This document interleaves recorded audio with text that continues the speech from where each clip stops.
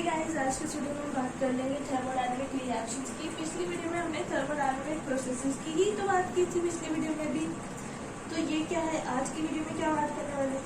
पिछली वीडियो में हमने isothermal process, adiabatic process, isobaric process, isoporic process, इन सब प्रोसेसेस की बात की थी जो कि थर्मोडायनामिक प्रोसेसेस है, थर्मोडायनामिक रिएक्शंस ही थे।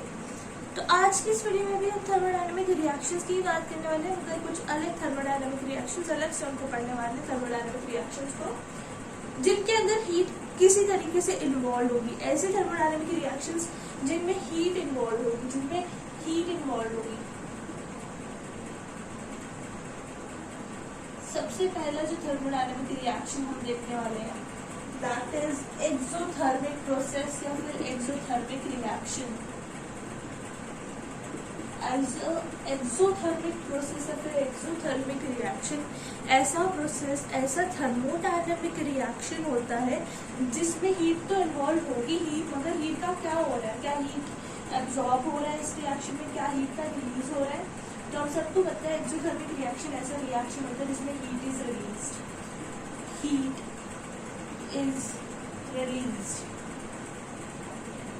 हीट बाहर जाती है रिएक्शन की वजह से, हीट बाहर जाती है, हीट रिलीज होती है, या फिर हीट इज इवॉल्व्ड। हम ऐसे भी लिख सकते हैं heat is evolved. So such a chemical reaction, such a thermodynamic reaction in which heat is released or evolved is called as exothermic reaction। मतलब कि ये रिएक्शन किस फॉर्म में है, मतलब कि दो या फिर दो से ज्यादा सब्सटेंस जब एक दूसरे के साथ रिएक्ट किए तब कोई भी चीज बनी, साथ ही साथ हीट एनर्जी भी रिलीज हुई। हमें पता है हीट एनर्जी को हम स्मॉल क्यू या फिर कैपिटल क्यू से लिखते हैं, तो हीट एनर्जी भी रिलीज हुई। ठीक है, या तो हम इसे ऐसे भी लिख सकते हैं, एक्सोथर्मिक प्रोसेस के लिए हम ऐसे भी लिख सकते हैं कि सब्सटेंस फॉर्म हुई और साथ ही साथ हीट एनर्जी रिलीज हुई, या तो सीधे प्लस क्यू लिख सकते हैं क्योंकि हीट एनर्जी रिलीज हुई, या तो delta H equals two plus था, इक्वल टू के साइड जाके माइनस क्यू हो जाएगा, माइनस क्यू। तो इस फॉर्म में ज्यादातर लिखते हैं कि delta H equals to minus Q, क्योंकि हमने देखा था क्यू हीट एनर्जी, पिछले वीडियो में हमने देखा था that heat energy is delta H. तो क्यू यहाँ पर अगर हमें delta H equals to Q लिखना है तो उसके लिए इधर पॉजिटिव था, इक्वल टू के उधर जाके नेगेटिव हो जाएगा। So delta H equals to minus Q अगर लिखा होगा, क्यू की कुछ भी वैल्यू हो सकती है, अगर माइनस क्यू लिखा होगा इसका मतलब समझ जाना, delta H equals to minus Q अगर किसी रिएक्शन के साथ लिखा होगा इसका मतलब क्या है कि एक्सोथर्मिक रिएक्शन है, हीट रिलीज हो रही है, heat is evolved during that particular reaction, heat is evolved. जब delta H equals to minus Q लिखा होगा तो मतलब समझ जाना that it is an exothermic reaction, या फिर सीधे प्लस क्यू लिखा होगा, डेल्टा एच नहीं अगर लिखा होगा। Then comes the इसे इस फॉर्म में लिखते हैं, एक्सोथर्मिक रिएक्शन को इस फॉर्म में लिखते हैं। सब्सटेंसेस रिएक्ट कर रहे हैं, कुछ बन रहा है, साथ ही साथ एनर्जी भी रिलीज हो रही है, प्लस क्यू, मतलब कि एनर्जी भी रिलीज हो रही है। अगर आप प्लस क्यू नहीं लिखना चाहते हो, डेल्टा एच की फॉर्म में लिखना चाहते हो, क्योंकि मैंने बताया था पिछले वीडियो में भी delta H, Q is delta H, तो इधर प्लस क्यू था, इक्वल टू लग गया, इसके राइट हैंड साइड जाएगा तो नेगेटिव हो जाएगा। तो ए प्लस बी बना रहे हैं, सी रिएक्टेंस रिएक्ट करके प्रोडक्ट बना रहे हैं और साथ ही साथ हीट एनर्जी रिलीज हो रही है। Delta H equals to minus Q जो वैल्यू होगी, क्यू की वैल्यू कुछ भी हो सकती है, अगर माइनस क्यू है इसका मतलब एक्सोथर्मिक रिएक्शन है, हीट रिलीज हो रही है। If delta H equals to minus Q, example carbon और ऑक्सीजन जब आपस में रिएक्ट करते हैं then they form carbon dioxide, और साथ ही साथ हीट एनर्जी भी रिलीज होती है। तो उसको मैं डेल्टा एच की फॉर्म में भी लिख सकती हूँ, या तो सीधे लिख सकती हूँ प्लस जितनी भी हीट एनर्जी रिलीज हो रही है। आपको कार्बन डाइऑक्साइड की ना डेल्टा एच की वैल्यू पता होनी चाहिए। एंथैल्पी, डेल्टा एच क्या होता है, एंथैल्पी होता है, इसके बारे में हम पढ़ेंगे डेल्टा एच क्या होता है आगे जाके आपको, मगर फिर भी डेल्टा एच की वैल्यू पता होनी चाहिए। For carbon dioxide that is -393.5 kilo joule per mole, यहाँ पर प्लस में लिखेंगे 393.5 kilo joule per mole. And अगर हमें इसको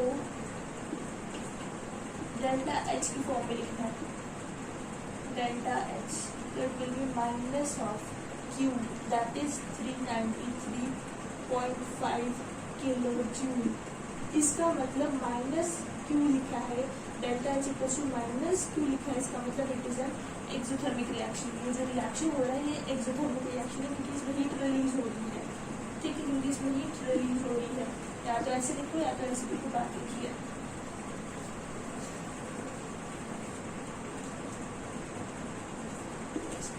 नेक्स्ट टाइप ऑफ रिएक्शन जो हम देखने वाले हैं दैट इज एंडोथर्मिक रिएक्शन।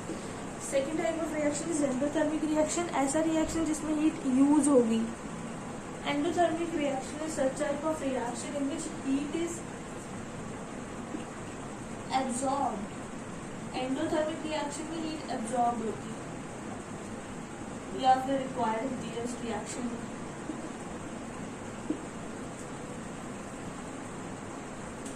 ऐसा रिएक्शन, ऐसा थर्मोडायनेमिक रिएक्शन, ऐसा chemical reaction in which heat is absorbed और required is called as endothermic reaction, जिसमें हीट इज एब्जॉर्ब्ड। जहाँ पर हीट एब्जॉर्ब्ड होगी, रिक्वायर होगी, ऐसे रिएक्शन को एंडोथर्मिक रिएक्शन कहते हैं। कैसे, किस फॉर्म में लिखते हैं ऐसे रिएक्शन को? A+B, क्योंकि हीट एब्जॉर्ब हो रही है तो रिएक्टेंट वाले साइड में लिखेंगे क्योंकि हीट का यूज हो रहा है रिएक्शन करने में। x किलो जूल, मतलब x मतलब कुछ भी वैल्यू होती है x की जगह, साथ ही साथ kilo joule for heat energy का यूनिट है ना किलो जूल। पिछली रिएक्शन में भी हमने किलो जूल ही लिखा था, किलो जूल पर मोल की फॉर्म भी लिखा था, it is a unit and value x की कुछ भी हो सकती है। रिएक्शन वाली साइड प्लस लिखा क्योंकि एब्जॉर्ब हुई है, और कुछ भी बना रहे हैं जैसे सी, कुछ भी प्रोडक्ट वगैरह। अगर आप इसे प्रोडक्ट वाली साइड लिखना चाहते हो तो ऑब्वियसली क्या करेंगे, A+B gives us C minus X kg, मतलब हीट यहाँ पर यूज हुई है। सीधे -x kg प्रोडक्ट वाली साइड पे लिखा है, सीधे -x kg, डेल्टा एच नहीं लिखा है, इधर सीधे -x kg लिखा है। इसका मतलब रिएक्टेंट वाली साइड पे लागू तो ऐड होगी, इसका मतलब ये यूज हो रही है, एब्जॉर्ब हो रही है इस रिएक्शन के अंदर। इसका मतलब ये एब्जॉर्ब हो रही है, heat energy is absorb in this reaction, it is an endothermic reaction. इसको एक और फॉर्म में भी लिख सकते हैं, डेल्टा एच की फॉर्म में अगर लिखना चाहते हो तो ऑब्वियसली उधर जाएगा इक्वल टू के उधर प्रोडक्ट वाली साइड में ही डेल्टा एच की फॉर्म में लिखते था, प्रोडक्ट के साथ कॉमा लगा के डेल्टा एच इक्वल्स टू, अब माइनस था इक्वल टू के उधर चल जाएगा तो प्लस हो जाएगा x किलो जूल। राइट, क्या हो रहा है, मैंने कोई रिएक्शन हो रहा है उसमें अगर आपको इधर तो सीधे सीधे पता चल जाएगा, अगर ये रिएक्शन में A+B gives us C और साथ ही साथ हीट एनर्जी इज रिलीज्ड, मतलब कि रिलीज्ड कैसे होगा ना, -Q, इसका मतलब sorry heat energy is released तो +Q लिखेंगे ना, इसका मतलब it will B N exothermic reaction, heat energy release हुई है। अगर डेल्टा एच की फॉर्म लिखते तो -Q, एक्सोथर्मिक रिएक्शन। और अगर हीट एनर्जी एब्जॉर्ब हुई है इसका मतलब A+B plus x kilo joule, जो भी वैल्यू होगी इस तरफ लिखेंगे, इस तरफ हीट एनर्जी इस तरफ लिखेंगे, ठीक है, जो भी वैल्यू होगी हीट एनर्जी की, जो भी वैल्यू है, और साथ ही साथ यूनिट भी लिखेंगे ना, किलो जूल पर मोल, और ये देगा प्रोडक्ट। उस साइड लिखना है तो ये माइनस हो जाएगा, A+B gives us C minus x kilo joule. ये शो कर रहा है अगर मैं LHS में ले आऊँ रिएक्टेंट वाली साइड तो प्लस हो जाएगा, प्लस है मतलब एब्जॉर्ब हुआ है, यूज हुआ है, मतलब एंडोथर्मिक रिएक्शन है जहाँ पे हीट एब्जॉर्ब होती है। A+B C comma delta H, हमेशा ऐसे डेल्टा एच की फॉर्म में लिखते हैं तो अलग से प्रोडक्ट वाली साइड अलग से लिखना होता है। H इक्वल टू के उधर जाएगा तो +x kg। अगर delta H equal to +x kg है, +x kg है, प्लस का मतलब एब्जॉर्ब होना एंडोथर्मिक, माइनस का मतलब रिलीज होना। अगर delta H equal to -x kg मतलब रिलीज हुआ है, ठीक है। Then third type of reaction, third type of thermodynamic reaction. हम क्या पढ़ रहे हैं, थर्मोडायनेमिक रिएक्शन पढ़ रहे हैं, दो पढ़ लिए, एक्सोथर्मिक और एंडोथर्मिक। अब पढ़ते हैं तीसरा type of reaction and thermodynamic reaction, that is, मगर उससे पहले एंडोथर्मिक रिएक्शन की ही एक एग्जांपल देख लेते हैं। यहाँ पर प्रोडक्ट वाली साइड हम बनाएंगे कार्बन मोनोऑक्साइड,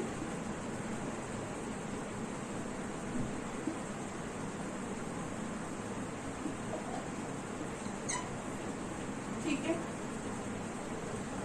इस केस में कार्बन मोनोऑक्साइड जब बनेगा, एनर्जी, हीट एनर्जी यूज होती है इस केस में, इस रिएक्शन में हीट एनर्जी यूज होगी। तो अगर मेरे को डेल्टा एच की फॉर्मूला लिखनी है तो साथ में डेल्टा एच, क्योंकि हीट एनर्जी यूज नहीं होती, it will be delta H equal to plus of जो भी हीट एनर्जी की वैल्यू होगी। Let's suppose 164 kilojoule per mole, मतलब कि प्लस का मतलब delta H equal to plus of heat energy, जो भी वैल्यू हीट एनर्जी की, इसका मतलब कि हीट एनर्जी यूज हुई है, एब्जॉर्ब हुई है। अब बात करते हैं तीसरा टाइप ऑफ रिएक्शन। और याद रखना अभी हमारा फर्स्ट लॉ ही थर्मोडायनेमिक्स का चल रहा है, आगे तक कई वीडियोस में चलता रहेगा, मैं बार बार याद नहीं दिलाऊंगी। और फर्स्ट लॉ ऑफ थर्मोडायनेमिक्स की बात करें, हम थर्मोडायनेमिक रिएक्शंस की बात कर रहे हैं, हम हमारे बेसिक्स तैयार करते हैं अभी कि आगे जो टर्म्स यूज होंगी वो हमें पता होगी क्या टर्म्स है ये, ठीक है। तो हम थर्मोडायनेमिक रिएक्शंस की बात कर रहे हैं। तीसरा टाइप ऑफ थर्मोडायनेमिक रिएक्शन है रिवर्सिबल रिएक्शन, इसमें भी हीट इन्वॉल्व होगी तभी थर्मोडायनेमिक रिएक्शन है। ये ऐसा रिएक्शन है, रिवर्सिबल रिएक्शन, जो कि एक सिंगल स्टेप प्रोसेस होता है, एक सिंगल स्टेप प्रोसेस है। मतलब कि रिएक्टेंट ने बनाया प्रोडक्ट, ठीक है, फिर वापस प्रोडक्ट से रिएक्टेंट बन गया। सिंपल सिंपल एक स्टेप में, सिंगल स्टेप इन्वॉल्व है। रिएक्टेंट से बना प्रोडक्ट, फिर एक स्टेप के अंदर ही प्रोडक्ट वापस रिएक्टेंट बन गया, रिवर्स हो गया रिएक्टेंट के अंदर। So it is a reversible reaction, reversible process. So it is such type of reaction in which reactant converts into product and product again converts into reactant. Simple बात, बहुत simple, single step है, एक ही step है। Reversible reactant product में बना, उसी वक्त product reactant में एक स्टेप के अंदर बन गया। ऐसा नहीं हुआ कि प्रोडक्ट कुछ और बना, फिर कुछ और बना, फिर कुछ और बना, फिर जाके वापस रिएक्टेंट बना, नहीं, रिएक्टेंट प्रोडक्ट बना और प्रोडक्ट वापस रिएक्टेंट बन गया। सिंपल बात। अब बात करते हैं 4 टाइप ऑफ रिएक्शन की। जो 4 टाइप ऑफ रिएक्शन है ये हमारा इसके ऑपोजिट है। इरिवर्सिबल रिएक्शन मतलब एक सिंपल रिएक्शन जो कि इरिवर्सिबल है, रिवर्सिबल नहीं है, मतलब सिंपल रिएक्शन है, रिएक्टेंट प्रोडक्ट में कन्वर्ट हो जाता है मगर प्रोडक्ट वापस रिएक्टेंट में कन्वर्ट नहीं होता, रिएक्टेंट प्रोडक्ट में कन्वर्ट हो जाता है, simple. So irreversible reaction is such type of reaction in which reactant converts into product only, in which reactant converts into product only. ये है irreversible reaction, इसमें तो कोई कंफ्यूजन वाली बात है ही नहीं। 5th type of reaction is cyclic process or cyclic reaction. 5th type of thermodynamic reaction or process is cyclic process or cyclic reaction. अब cyclic process ना आप कह सकते हो कि cyclic process जो होता है ना वो reversible reaction भी हो सकता है, और जो रिवर्सिबल रिएक्शन होता है वो तो होता ही साइक्लिक प्रोसेस है। कैसे? मतलब ये, उसके लिए आपको पता होना चाहिए साइक्लिक प्रोसेस होता क्या है। देखो साइक्लिक प्रोसेस भी कोई सिंगल स्टेप वाला कोई चक्कर नहीं है, ठीक है। इसमें क्या है, साइक्लिक प्रोसेस ही ऐसा थर्मोडायनेमिक प्रोसेस है जिसमें इनिशियल पॉइंट और फाइनल पॉइंट सेम होते हैं। इनिशियल पॉइंट और फाइनल पॉइंट सेम होते हैं, मतलब रिएक्टेंट से बनेगा प्रोडक्ट, फिर प्रोडक्ट जितनी भी फॉर्म्स के अंदर जाए, जितनी भी बारी चेंज हो, कन्वर्ट हो, या तो सीधे वो रिएक्टेंट में बन जाए या तो कई सारे स्टेप्स के अंडरगो होके, कई सारे स्टेप्स के अंडर होके वापस रिएक्टेंट में कन्वर्ट हो जाए। मतलब रिएक्टेंट से बनेगा प्रोडक्ट और वापस प्रोडक्ट रिएक्टेंट में बन जाएगा, चाहे प्रोडक्ट कई सारे फॉर्म्स में जाए।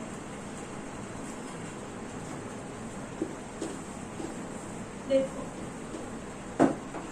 मतलब कि इनिशियल पॉइंट और फाइनल पॉइंट सेम है, रिएक्टेंट था, एंड में भी रिएक्टेंट ही हमारा वापस प्रोडक्ट बना, रिएक्टेंट ही वापस बन गया, रिएक्टेंट पे ही आ जाके हमारा प्रोसेस रिएक्टेंट पे ही वापस आ गया। जैसे कि रिएक्टेंट हुआ कन्वर्ट प्रोडक्ट में, प्रोडक्ट वापस उसी स्टेप में रिएक्टेंट में कन्वर्ट हो गया। ये एक साइक्लिक प्रोसेस है। कैसे पता चला? क्योंकि इनिशियल पॉइंट और फाइनल पॉइंट सेम है। और आप क्या नोटिस कर सकते हो यहाँ पर कि ये तो रिएक्टेंट वाला, ये जो ये साइक्लिक प्रोसेस है, ये तो हमारा रिवर्सिबल प्रोसेस है। रिवर्सिबल प्रोसेस में तो सेम चीज ही करते हैं, रिएक्टेंट प्रोडक्ट में बनता है, प्रोडक्ट वापस रिएक्टेंट में बन जाता है एक ही स्टेप के अंदर। So it is a reversible reaction और प्रोसेस। मतलब कि साइक्लिक प्रोसेस रिवर्सिबल हो सकता है, साइक्लिक प्रोसेस हमेशा रिवर्सिबल नहीं होता, क्योंकि साइक्लिक प्रोसेस और भी कई फॉर्म्स कर सकते हैं, जैसे कि मतलब कि रिवर्सिबल रिएक्शन तो हमेशा साइक्लिक रिएक्शन होता ही होता है, रिवर्सिबल हमेशा साइक्लिक तो होता ही है, मगर साइक्लिक हमेशा रिवर्सिबल नहीं हो सकता। कैसे देखो, एक और एग्जांपल देखो साइक्लिक प्रोसेस की। रिएक्टेंट बनाया प्रोडक्ट फिर कहीं और फॉर्म में गया, फिर किसी और फॉर्म में गया और वो वापस रिएक्टेंट बन गया, मतलब इनिशियल पॉइंट और फाइनल पॉइंट सेम। एक और एग्जांपल देखो, ये साइक्लिक प्रोसेस है, मगर क्या ये रिवर्सिबल प्रोसेस है? नहीं, क्योंकि इसमें बहुत सारे स्टेप्स इन्वॉल्व है। रिवर्सिबल प्रोसेस में एक ही स्टेप इन्वॉल्व होता है। रिएक्टेंट बना प्रोडक्ट कुछ और बना, वापस वो रिएक्टेंट वाला फॉर्म में चला गया, मतलब कि इनिशियल पॉइंट और फाइनल पॉइंट सेम है, तो ये साइक्लिक प्रोसेस। मगर क्या ये रिवर्सिबल प्रोसेस है? नहीं, क्योंकि रिवर्सिबल प्रोसेस में रिएक्टेंट तो वापस बन जाता है, मगर सिंगल स्टेप इन्वॉल्व होता है, एक से ज्यादा स्टेप्स इन्वॉल्व नहीं होते। यहाँ पे 2 स्टेप्स और आते हैं यहाँ पे एडिशनली, तो ये एक साइक्लिक प्रोसेस है, मगर रिवर्सिबल प्रोसेस बिल्कुल नहीं है। तो इसलिए मैं कह रही हूँ कि साइक्लिक प्रोसेस रिवर्सिबल हो सकता है, मगर हर साइक्लिक प्रोसेस रिवर्सिबल नहीं होता। और जो रिवर्सिबल प्रोसेस होता है वो साइक्लिक प्रोसेस होता है, वो साइक्लिक भी होता है। रिवर्सिबल प्रोसेस साइक्लिक भी होता है। कैसे? जैसे अभी हम स्टार्टिंग में इसकी एग्जाम्पल देखे थे, ए कन्वर्ट हुआ बी में, बी वापस कन्वर्ट हुआ ए में, इनिशियल पॉइंट और final point same, cyclic process. और साथ साथ ये रिवर्सिबल प्रोसेस भी है, क्योंकि सिंगल स्टेप में वापस रिएक्टेंट बन गया, प्रोडक्ट से वापस रिएक्टेंट बन गया। एंड आपको एक और अभी यही बात कंटिन्यू करना चाहूंगी, मगर आपको मैं बताना चाहती हूँ इक्विलिब्रियम रिएक्शन कौन सा रिएक्शन होता है। इक्विलिब्रियम रिएक्शन ऐसा रिएक्शन होता है जिसमें, मतलब ये भी इक्विलिब्रियम रिएक्शन है, एक तरह का रिवर्सिबल रिएक्शन ही होता है। इक्विलिब्रियम रिएक्शन में क्या होता है, इसमें भी रिएक्टेंट इक्विलिब्रियम, साइक्लिक प्रोसेस की अभी बात नहीं कर रहे हैं, इक्विलिब्रियम रिएक्शन की बात कर रहे हैं, इक्विलिब्रियम प्रोसेस की बात कर रहे हैं। इसके लिए अलग से नहीं पढ़ेंगे, मैं आपको बस कंसेप्ट बता रही हूँ इक्विलिब्रियम रिएक्शन का, कि रिएक्टेंट इक्विलिब्रियम रिएक्शन में प्रोडक्ट में कन्वर्ट होता है और वापस रिएक्टेंट में, ये होता है इक्विलिब्रियम रिएक्शन। मगर एरोस का साइन ये नहीं होता, क्योंकि अगर रिवर्सिबल का भी यही होता है। और आप सोच रहे होंगे भाई कि यार रिवर्सिबल में भी तो यही होता है, सिंगल स्टेप, रिएक्टेंट प्रोडक्ट में बना, प्रोडक्ट वापस रिएक्टेंट में बना, मगर नहीं। डिफरेंस क्या है रिवर्सिबल और इक्विलिब्रियम रिएक्शन के अंदर, कि रिवर्सिबल में रिएक्टेंट प्रोडक्ट में कन्वर्ट होता है, प्रोडक्ट रिएक्टेंट में कन्वर्ट होता है, मगर जरूरी नहीं कि वो सेम स्पीड से हो, जरूरी नहीं कि वो सेम स्पीड से हो भी सकता है, मगर जरूरी नहीं कि रिवर्सिबल रिएक्शन में रिएक्टेंट प्रोडक्ट और प्रोडक्ट रिएक्टेंट में वापस सेम स्पीड में कन्वर्ट हो, नहीं, वो इक्विलिब्रियम रिएक्शन होता है। जब सेम स्पीड में कन्वर्ट हो तो इक्विलिब्रियम रिएक्शन होता है, और वो इक्विलिब्रियम रिएक्शन के अंदर भी तो सिंगल स्टेप ही इन्वॉल्व हुआ, तो वो भी एक तरीके का इक्विलिब्रियम रिएक्शन भी एक तरीके का रिवर्सिबल ही हुआ। तो रिवर्सिबल इक्विलिब्रियम हो सकता है, मगर इक्विलिब्रियम रिवर्सिबल नहीं होता, हर इक्विलिब्रियम रिवर्सिबल नहीं होता, मतलब कि रिवर्सिबल हमेशा इक्विलिब्रियम नहीं होता। रिवर्सिबल इक्विलिब्रियम हो सकता है, मगर हमेशा नहीं होता, क्योंकि स्पीड हमेशा सेम नहीं होती। रिवर्सिबल में इक्वल भी हो सकती है, नहीं भी हो सकती। इक्वल होगी अगर रिवर्सिबल में, तो वो इक्विलिब्रियम, ठीक है। तो साइंस का डिफरेंस है, साइन अगर इक्विलिब्रियम के लिए देख रहे हो तो ऐसा साइन, रिवर्सिबल इरिवर्सिबल के लिए देख रहे हो, रिवर्सिबल के लिए देख रहे हो तो ऐसा। तो मैंने ये टॉपिक क्यों नहीं बताया अभी, क्योंकि इसके अंदर मैं एक चीज बताना चाहती हूँ। हमने मतलब कि एक और चीज नोटिस करो, इक्विलिब्रियम इसका मतलब, क्योंकि वो एक तरीके का रिवर्सिबल ही है, इक्विलिब्रियम एक तरीके का रिवर्सिबल ही है, एक तरीके का रिवर्सिबल है, इसका मतलब वो साइक्लिक भी हो सकता है। इक्विलिब्रियम साइक्लिक भी है एक तरीके का, इक्विलिब्रियम रिएक्शन एक तरीके का साइक्लिक रिएक्शन या फिर प्रोसेस है। क्यों? क्योंकि इसमें इनिशियल पॉइंट और फाइनल पॉइंट सेम है। इसका मतलब equilibrium reaction equilibrium reaction reversible भी हो सकता है, रिवर्सिबल भी होता है। इक्विलिब्रियम रिएक्शन रिवर्सिबल भी होता है, इक्विलिब्रियम रिएक्शन साइक्लिक भी होता है, और इक्विलिब्रियम रिएक्शन इक्विलिब्रियम भी होता है। मतलब कि तीन प्रोसेस होते हैं। इक्विलिब्रियम खुद इक्विलिब्रियम तो होता ही है, साथ साथ रिवर्सिबल भी होता है और साइक्लिक भी होता है। रिवर्सिबल क्योंकि सिंगल स्टेप प्रोसेस है, साइक्लिक क्योंकि इनिशियल पॉइंट और फाइनल पॉइंट सेम है। तो रिवर्सिबल क्या सिर्फ और सिर्फ इक्विलिब्रियम में होता है? नहीं, रिवर्सिबल इक्विलिब्रियम के अलावा ऐसे भी होता है। जरूरी नहीं सेम स्पीड से ही रिवर्सिबल हो। तो मतलब कि रिवर्सिबल इक्विलिब्रियम भी हो सकता है और साइक्लिक भी हो सकता है। ये वाला रिएक्शन इक्विलिब्रियम नहीं है मगर रिवर्सिबल है, मगर साइक्लिक भी है। और साइक्लिक रिएक्शन इसका मतलब इक्विलिब्रियम टाइप का भी हो सकता है, रिवर्सिबल टाइप का भी हो सकता है। रिवर्सिबल दोनों है, रिवर्सिबल टाइप का भी हो सकता है साइक्लिक, और खुद अपने जैसा भी, मतलब A to B फिर B to C। This is cyclic क्यों? क्योंकि इनिशियल और फाइनल पॉइंट सेम है, मगर इक्विलिब्रियम नहीं है क्योंकि स्पीड जरूरी नहीं सेम है। और अगर स्पीड इनकी सेम होगी तो ये हो गया। और रिवर्सिबल भी नहीं है क्योंकि सिंगल स्टेप प्रोसेस नहीं है। तो ये तीनों के तीनों रिएक्शन हमारे साइक्लिक तो है, मगर इसमें से एक इक्विलिब्रियम है। ये दोनों के दोनों इक्विलिब्रियम एक तो है, मगर ये रिवर्सिबल भी है और ये वाला भी रिवर्सिबल है। और ये रिवर्सिबल जो दोनों रिएक्शन है जिनमें से एक इक्विलिब्रियम भी है, ये साइक्लिक भी है। सो कंफ्यूज नहीं होना इस बात के। नाउ अब हम इसी के साथ फिफ्थ साइक्लिक प्रोसेस के बारे में पढ़ने के साथ अब हम आगे बढ़ेंगे। हम बात करेंगे थर्मोडायनेमिक रिएक्शंस की बात खत्म हुई।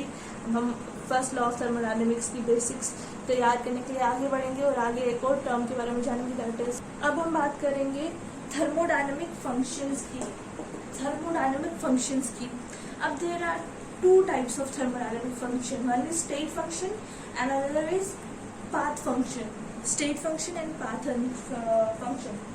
स्टेट फंक्शन की अगर हम बात करें तो ये ऐसा थर्मोडायनेमिक फंक्शन है जो कि पाथ पर नहीं डिपेंड करता, स्टेट पर डिपेंड करता है। स्टेट फंक्शन स्टेट पर डिपेंड करता है, पाथ फंक्शन पाथ पर डिपेंड करता है, सीधी बात। स्टेट फंक्शन एक ऐसा फंक्शन है, ऐसा थर्मोडायनेमिक फंक्शन है जो कि पाथ से इंडिपेंडेंट होता है, which does not depend upon path, which is independent of path,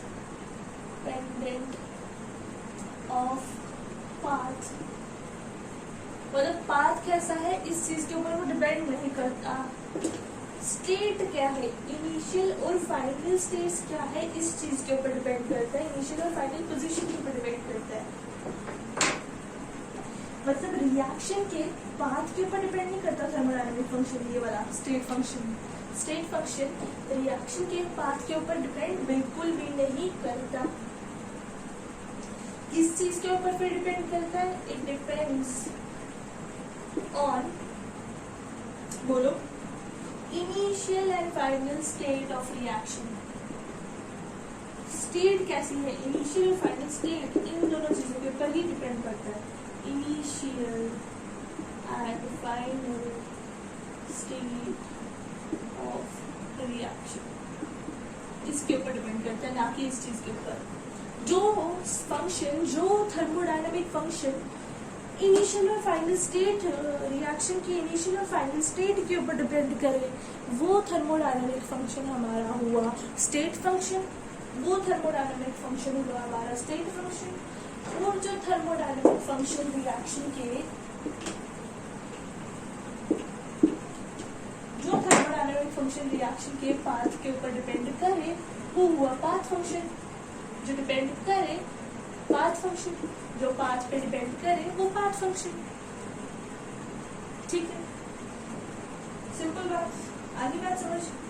अब हमने स्टेट फंक्शन तो फटाफट खत्म कर लिया, मगर उसकी एग्जांपल्स नहीं देखी। तो स्टेट फंक्शन के टॉपिक में एग्जांपल्स देखते हैं, जो कि स्टेट के ऊपर डिपेंड करता है, पाथ पे डिपेंड नहीं करता, इनिशियल और फाइनल स्टेट पे, रिएक्शन के इनिशियल और फाइनल स्टेट पे डिपेंड करता है स्टेट फंक्शन। उसकी एग्जांपल्स आर स्टेट फंक्शन की एग्जांपल आर स्टेट फंक्शन की एग्जांपल्स आर डेल्टा ई। ये डेल्टा ई क्या है? Internal energy. ठीक है, इसके बारे में भी हमें पढ़ना है आगे जाके। इंटरनल एनर्जी तो चैप्टर का मुद्दा है। थर्मोडायनेमिक्स क्या है? It is the branch of chemistry that deals with transfer of heat energy. Energy energy energy in सबके रिलेटेड ही बात करनी है। इंटरनल एनर्जी को डेल्टा ई से डिनोट करते हैं या तो डेल्टा यू से डिनोट करते हैं, दोनों चलते हैं। इंटरनल एनर्जी को डेल्टा ई या डेल्टा यू से डिनोट करते हैं, कैपिटल यू या कैपिटल ई। और इंथैल्पी डेल्टा एच, इसको डेल्टा एच से डिनोट करते हैं। और डिस्प्लेसमेंट, इन सब के बारे में तो हमें पता है। डिस्प्लेसमेंट और वेलोसिटी के बारे में इसका समझाने की जरूरत नहीं। डिस्प्लेसमेंट स्टेट फंक्शन क्यों है? क्योंकि डिस्प्लेसमेंट फाइनल और इनिशियल पोजीशन पर डिपेंड करता है, पाथ पर नहीं। Velocity is displacement upon time. तो इसका तो बोल जाओ, बोलना मैं समझाऊंगी आपको, ये तो सोचना मत, क्योंकि वेलोसिटी जो है, मगर फिर भी समझा देती हूँ, क्योंकि वेलोसिटी जो है ये भी इनिशियल और फाइनल पोजीशन पर डिपेंड करता है। ये डिस्प्लेसमेंट अपॉन टाइम के इक्वल होता है। तो ये भी दोनों स्टेट फंक्शन है, स्टेट्स के ऊपर डिपेंड करते हैं, इनिशियल और फाइनल स्टेट्स के ऊपर, रिएक्शन के। इनका तो ऐसे ही अलग एग्जाम्पल ले लिया, इस चैप्टर में इनका कोई मुद्दा नहीं है। ये भी वैसे स्टेट फंक्शन है, ये इस चैप्टर में जिनके बारे में हमने पढ़ना है ये भी स्टेट फंक्शन है। क्या? डेल्टा ई या डेल्टा यू और डेल्टा एच, मतलब की सीधी बात है इंटरनल एनर्जी और इंथैल्पी। इंटरनल एनर्जी सबसे पहले हम इस चैप्टर में इंटरनल एनर्जी की बात करेंगे, फिर उसके बाद इंथैल्पी की। दोनों ही थर्मोडायनामिक फंक्शंस है, जिसके ऊपर पूरा हम टॉपिक देखेंगे। इनका फॉर्मूलाज देखेंगे, इनके फॉर्मूलाज देखेंगे, डेल्टा ई और डेल्टा यू या फिर और डेल्टा एच के फॉर्मूलाज भी देखेंगे, किसके इक्वल होते हैं, मतलब कि इंटरनल एनर्जी और इंथैल्पी। इंटरनल एनर्जी और इंथैल्पी किस पर डिपेंड करते हैं, क्या है इनका चक्कर, ये सब बातें करेंगे। इनकी पूरा टॉपिक है इंटरनल एनर्जी और इंथैल्पी का। हाँ, बात आती है कि भाई ये स्टेट फंक्शन कैसे है, ये समझ कैसे आएगा आपको ये स्टेट फंक्शन है, क्योंकि हमें पता है डेल्टा का मतलब फाइनल माइनस इनिशियल। अब डेल्टा ई का मतलब फाइनल ई माइनस इनिशियल ई, मतलब final enthalpy minus initial enthalpy, final internal energy minus initial internal energy. वैसे इंटरनल एनर्जी इनिशियल ही होती है, फाइनल इंटरनल एनर्जी नहीं, ऐसी बात नहीं है। बाद में जाके फाइनल हो जाती है, जब आप और एनर्जीज ऐड करोगे तो टोटल जो आपकी एनर्जी पाई जाएगी वो फाइनल, वो उसकी बात करेंगे। डेल्टा ई का मतलब final internal energy minus initial internal energy, मतलब कि फाइनल और इनिशियल स्टेट्स पर ही तो डिपेंड कर रहा है ये स्टेट फंक्शन, इसलिए तो ये स्टेट फंक्शंस के एग्जांपल के अंदर मैंने लिखे। अब बात करते हैं पाथ फंक्शन की।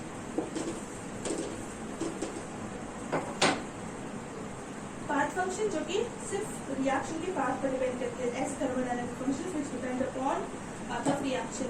Examples of path function, path function के एग्जांपल्स आर वर्क डन कैसे पाथ फंक्शन है? मैंने छोटा रास्ता कवर किया, मतलब मैंने कम रास्ता कवर किया, तो मतलब कम पाथ कवर किया, मतलब कम वर्क किया, वर्क डन भी कम होगा। तो ज्यादा पाथ कवर करूंगी तो वर्क डन भी ज्यादा ही हुआ मुझसे, मतलब कि ये पाथ फंक्शन है, क्योंकि पाथ के ऊपर डिपेंड किया, जितना ज्यादा रास्ता जितना ज्यादा पाथ उतना ज्यादा वर्क। और बोलो हीट एनर्जी भी एक पाथ फंक्शन है। इन दोनों के बारे में भी हम पढ़ेंगे, हीट एनर्जी और वर्क डन के बारे में भी पढ़ेंगे इस चैप्टर के अंदर। हीट एनर्जी भी एक पाथ फंक्शन है, और आपको पता ही है डिस्टेंस और स्पीड, इसके बारे में क्या ही बोलना, ये दोनों भी पाथ फंक्शन है, डिस्टेंस और स्पीड। इसी के साथ हमारा पाथ फंक्शन का टॉपिक भी खत्म हुआ, स्टेट फंक्शन का टॉपिक भी खत्म हुआ, मतलब कि हमारा थर्मोडायनेमिक फंक्शन का टॉपिक खत्म हुआ, मगर थर्मोडायनेमिक्स का चैप्टर अभी तो नहीं, अभी तो शुरू ही हो रहा है। अभी हम बात करेंगे थर्मोडायनेमिक प्रॉपर्टीज की। थर्मोडायनेमिक प्रॉपर्टीज की बात कर लेते हैं। अब there are two type of thermodynamic properties. यहाँ पर भी जैसे थर्मोडायनेमिक फंक्शन दो थे, state function, path function. Thermodynamic properties भी दो टाइप की ही है, एक्सटेंसिव प्रॉपर्टीज और इंटेंसिव प्रॉपर्टीज और एक्सटेंसिव प्रॉपर्टीज। अगर हम बात करें एक्सटेंसिव प्रॉपर्टीज की, एग्जाम्पल पहले बता दूंगी, वेलोसिटी एंड हीट एनर्जी। ये ऐसी प्रॉपर्टीज होती है, ये ऐसी प्रॉपर्टीज होती है, एक्सटेंसिव प्रॉपर्टीज, ऐसी प्रॉपर्टीज होती है जो कि डिपेंड करती है, जो कि क्या करती है, डिपेंड करती है किस चीज के ऊपर, which depends upon amount of substance for same matter. अब मैं सीधी डेफिनेशन बोलूंगी तो आपको समझ नहीं आएगा, मेरे को पता है, मैं आपको समझा के बताऊँ। Amount of substance for same matter, same matter मतलब कि एक आयरन रॉड ले लो, इसके लिए मैं आपको एक प्रॉपर्टी बताऊंगी, एक थर्मोडायनामिक प्रॉपर्टी बताऊंगी, दूसरी आपको खुद ब खुद समझ आ जाएगी, क्योंकि ये दोनों एक दूसरे के ऑपोजिट है। फॉर सेम मैटर मैं आपको इंटेंसिव प्रॉपर्टी बताऊंगी। इंटेंसिव प्रॉपर्टी दूसरी टाइप ऑफ थर्मोडायनामिक प्रॉपर्टी है जिसके बारे में आपको समझाना चाहूंगी। इंटेंसिव प्रॉपर्टी आपको उसके ऑपोजिट वे में एक्सटेंसिव प्रॉपर्टी का मतलब भी समझ आ जाएगा। देखो, intensive properties are such properties which are independent from the amount of substance for same matter। एक ही काइंड के मैटर के लिए जो अमाउंट ऑफ सब्सटेंस है उसके ऊपर डिपेंड नहीं करती है properties. Examples, density, refractive index, mu, refractive index. देखो, जो डेंसिटी होती है ना, डेंसिटी से समझते हैं, ये अमाउंट ऑफ सब्सटेंस पे नहीं डिपेंड करती। एक ही मैटर है, मैंने आयरन रॉड ले ली, एक मैंने आयरन रॉड। अब आप ये मत सोचना भाई डेंसिटी का फॉर्मूला तो ये है मास अपॉन वॉल्यूम, इसका मतलब तो ये होगा ना कि डेंसिटी मास के ऊपर डिपेंड करती है। मगर ऐसा मत सोचना, फॉर्मूला वाइज मत सोचना, ये बात अभी दिमाग में नहीं लाना। हम केमिस्ट्री की बात कर रहे हैं, ये बात दिमाग में नहीं आनी चाहिए। मैं आपको किसी और से समझाना चाहती हूँ, डेंसिटी के ऊपर डिपेंड नहीं करती, डेंसिटी मास के ऊपर डिपेंड नहीं करती है। ये इंटेंसिव प्रॉपर्टी है, ये अमाउंट ऑफ सब्सटेंस, उसी मैटर की अमाउंट ऑफ सब्सटेंस पे डिपेंड नहीं करती। मैंने एक आयरन रॉड ली, सपोज ये आयरन रॉड है। अब मैं इसकी डेंसिटी देखूं तो कुछ भी वैल्यू है डेंसिटी की, है ना, कुछ भी वैल्यू है डेंसिटी जो है इसकी। अगर मैं इस आयरन रॉड को तोड़ दूं तो क्या इसकी डेंसिटी पे फर्क आएगा? इसके गाढ़ापन जो है, इसका जो डेंसिटी है उसमें फर्क थोड़ी आएगा। चाहे इतनी है तो एक ही चीज ना। आयरन रॉड, ये भी आयरन रॉड है, ये भी आयरन रॉड है, इसी से ये पूरा एक ही था, मतलब एक ही जैसी डेंसिटी थी। पूरी आयरन रॉड की एक ही जैसी डेंसिटी थी। इसको तोड़ दिया तो इसकी भी उतनी ही डेंसिटी है, इसकी भी उतनी डेंसिटी है। सेम काइंड के तो मैटर है। डेंसिटी मास के ऊपर थोड़ी डिपेंड करती है। अगर मास के ऊपर डिपेंड करती होती तो फिर डेंसिटी में फर्क आता। ठीक है, मास कम हुआ मगर डेंसिटी में कोई फर्क नहीं आया, गाढ़ापन इसका वैसा ही का वैसा ही रहा। रिफ्रैक्टिव इंडेक्स भी वैसे ही। रिफ्रैक्टिव इंडेक्स की अगर मैं बात करूं, ऐसा ये भी रिफ्रैक्टिव इंडेक्स भी डेंसिटी पे मास पे डिपेंड नहीं करता। कोई भी सब्सटेंस है, किसी भी चीज को उठा लो, उसमें से लाइट को अगर आप ट्रैवल कराना चाहते हो, लाइट स्प्लिट करेगी जब, तो आप उसको आधा काट दो, चाहे कुछ भी कर दो, उसका मास जितना भी रखो, उसी सेम काइंड ऑफ मैटर के लिए डेंसिटी उसकी जो रिफ्रैक्टिव इंडेक्स है वो चेंज नहीं करेगी। रिफ्रैक्टिव इंडेक्स क्योंकि अमाउंट ऑफ सब्सटेंस के ऊपर डिपेंड नहीं करती फॉर सेम मैटर। हाँ, वो अलग बात है कि एक मैंने कुछ और मटेरियल उठा लिया, कहीं कुछ और मटेरियल रखा, दोनों मटेरियल्स की रिफ्रैक्टिव इंडेक्स अलग हो तो वो तो बात अलग है। मगर सेम मैटर के लिए उसकी कितना मास है उस चीज के ऊपर ये रिफ्रैक्टिव इंडेक्स बिल्कुल भी डिपेंड नहीं करेगी। So these are independent for the amount of substance of same matter. Extensive properties की बात करें तो ये आर डिपेंडेंट, जैसे कि वेलोसिटी और heat energy are dependent upon the amount of substance for same matter. Velocity heat energy depend करती है उसके मास पे, उसी मैटर के मास पे। इंटेंसिव प्रॉपर्टीज जैसे कि डेंसिटी और रिफ्रैक्टिव इंडेक्स ये डिपेंड नहीं करती है, they are independent from the amount of substance for same matter. वैसे अगर मैं हीट कैपेसिटी और स्पेसिफिक हीट कैपेसिटी की बात करूं, हीट कैपेसिटी की क्या डेफिनेशन है? It is amount of energy required to raise temperature of a body by degree 1 degree. Heat capacity की अगर बात करूं, हीट कैपेसिटी की अगर मैं बात करूं तो it is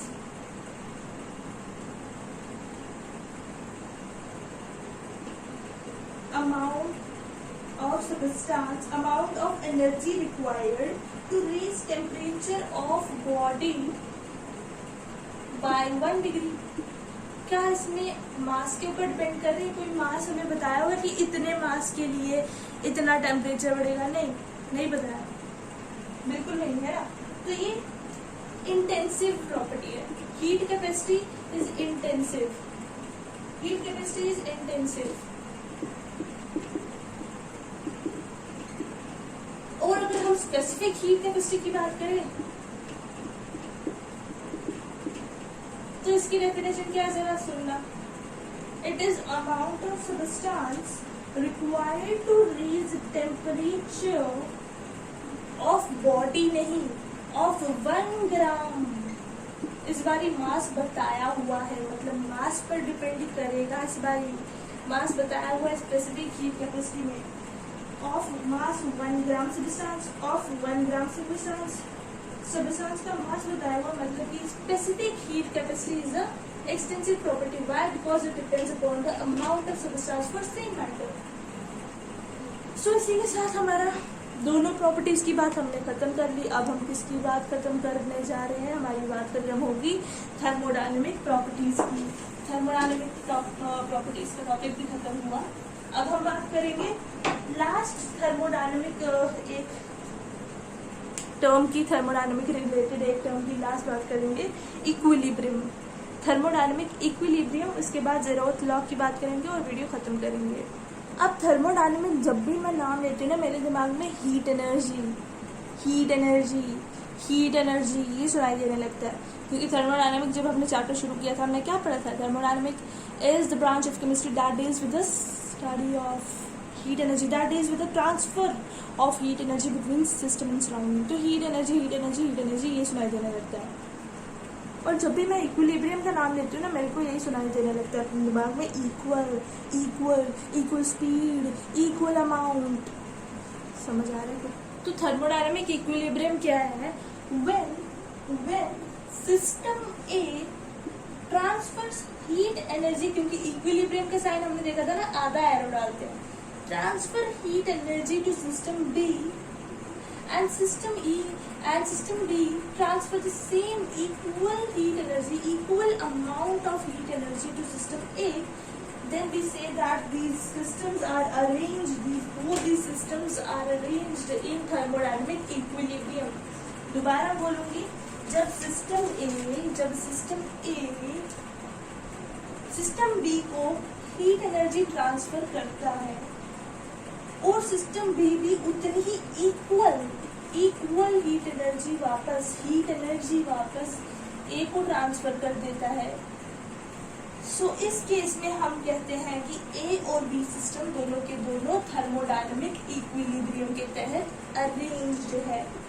if system A transfers heat energy to system B and system B again transfer equal amount of heat energy to system A, then we say that both the systems are arranged in thermodynamic equilibrium। बस ये बात थी thermodynamic equilibrium की। अब हम जान लेते हैं एक लॉ की कहानी। इस लॉ में बस एक स्टेटमेंट ही है जो कि बहुत आसान हो जाएगी।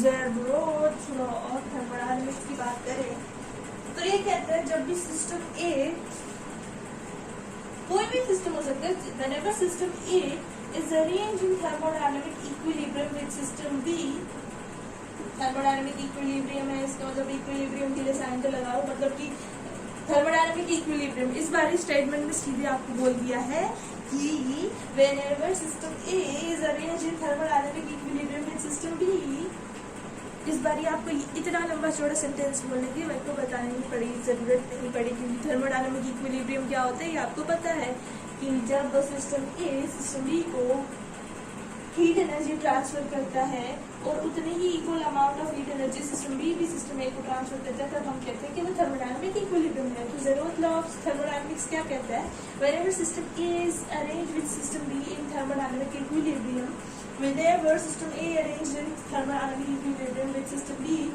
and system C, मतलब system B और system के साथ system A जो है दोनों के साथ thermodynamic equilibrium में arranged है, दोनों के साथ thermodynamic equilibrium में arranged है जब system A, system B और system C के साथ arranged है, तब हम कहते हैं कि then automatically when system A is arranged with system B in thermodynamic equilibrium and system C with again in thermodynamic equilibrium with system C also, then automatically system B and system C are in thermodynamic equilibrium.